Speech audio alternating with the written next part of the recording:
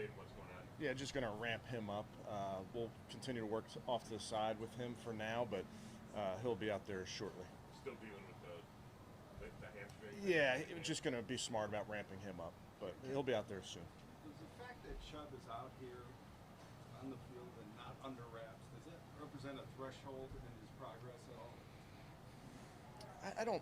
I don't know specifically to that, Tony. I'd say he's progressing exactly where he should be.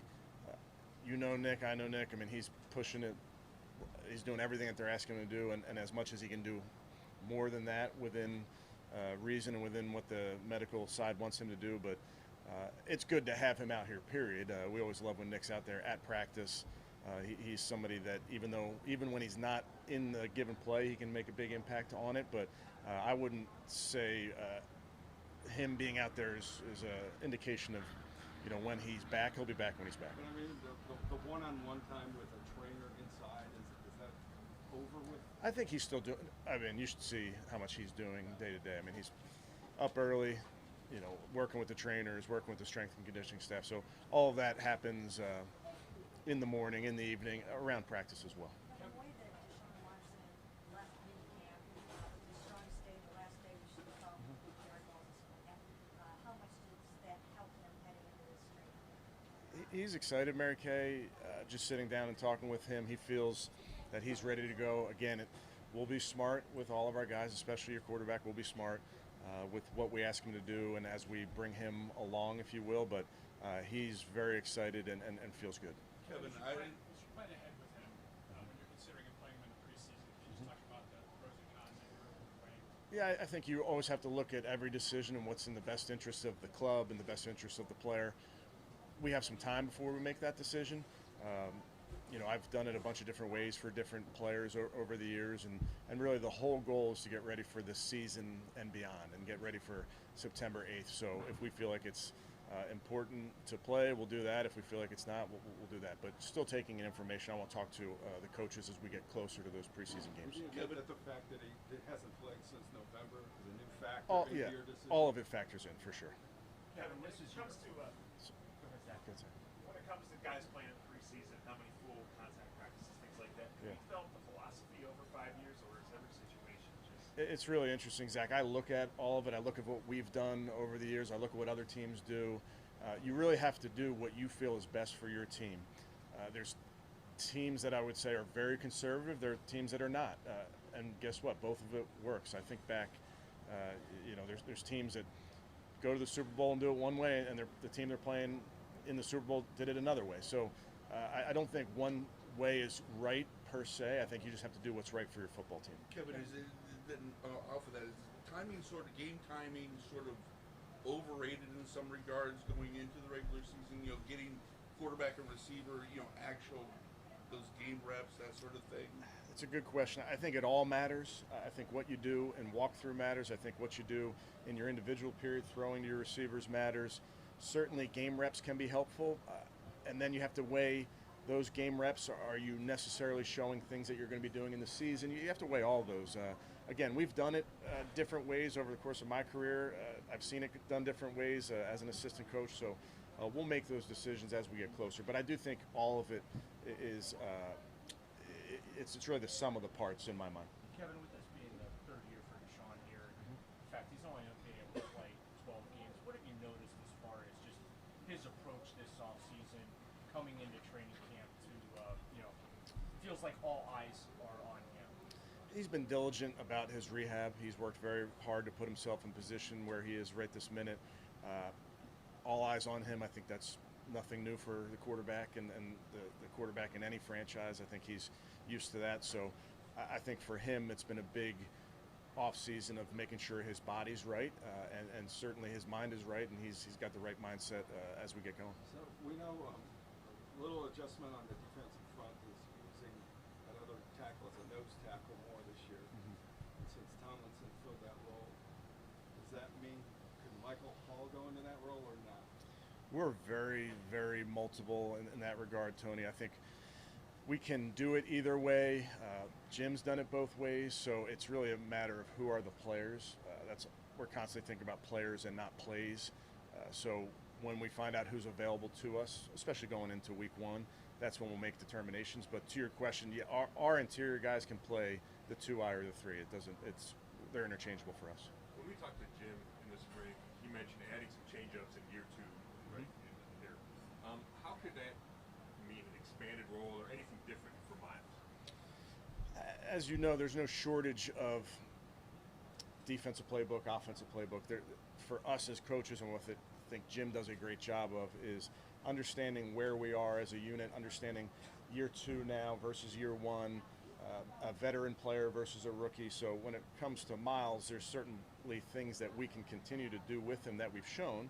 And then there's always things that Jim and the defensive staff look at that maybe this would be a good complement to something we've done. So that happens really weekly with Miles, and it's helpful to have a smart player, a versatile player that can do both things. You can drop him into coverage, you can rush him. You can rush him on the inside, on the outside. So I think there's really no limit to what you can do. I think again, going back to, I think Jim does a great job of giving the guys a plan that they can all understand and then execute on game day. Okay, when you look at the outlook for the wide receiver position, outside of Amari and maybe Jared, do you see it's not like an open competition to really? It should be. Yeah, the depth chart, it should be open at this point in July. Obviously, you mentioned Amari, and there's guys that are veterans that have done it, but we really do. We don't have to set a depth chart. We don't think about it in that regard. I think you'll see the coaches rotating a bunch of guys in there throughout practice. And I think that wide receiver room in particular is an exciting room for Coach O'Shea, for us, where we have a bunch of guys that can do different things. And that versatility is so important when you're talking about offensive football, because you can jump in and out of different things offensively, and you feel like you have the guys that can work through different schemes, if you will. How is Deshaun Watson adapting to or picking up some of the newer concepts that Ken Dorsey is bringing in? And I'm assuming plenty of them were things that he's done at Clemson and Houston, but how's he assimilating it? Yeah, Sean's doing great with everything, and I would point to Dorsey does a great job of including the wide receivers. Just this morning, sitting with the quarterbacks, the wide receivers in meetings together, talking through different concepts that are new for all of us, maybe new for 1 or 2 of the players, and really having a dialogue from player to player, player to coach, making sure we all see it the same way. But all of those guys, in particular Deshaun, they've really done a great job of working hard at that. Why did you want to change the offense? Why was now the right time to do that? Change the offense? I think going back, for us, the whole focus is just trying to get better. For me, I'm excited about the coaches we're able to add to the staff. Talked yesterday about Coach Dorse, but I think really highly of the entire staff that we're able to put together. When I go back to Miles, I mean, it's your 5th year with him, but is there ever points where he still surprises you with what he's able to do out there? Yes. Every Sunday, I think. Just physical ability is unmatched. Last year you had 4 preseason games. This year you'll have 3. Preseason you'll have Right. 2. Would you like more or less? Whatever they put on the schedule, Tony, we'll play. I go back to last year. That was a different schedule for us, allowed us to ramp up, but whatever it is.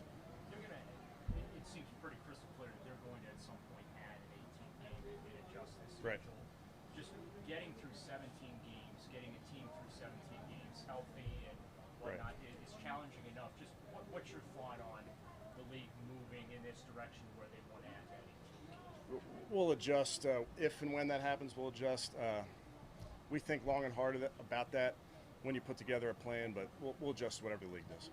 When Amari was talking yesterday about Ken's offense, he mentioned trying to run as many plays as possible. Is an increase Amari about Ken? Yeah.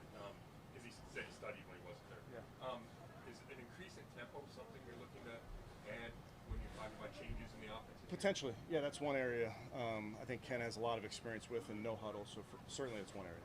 How fast can you go in the NFL game? I mean, Chip Kelly showed you can go pretty fast. Yeah. but is it sustainable, like at that tempo, that speed, or do you have to sort of, It's an interesting question. I think the ability to go in and out of tempo, I think, can be really effective when you're going against a defense.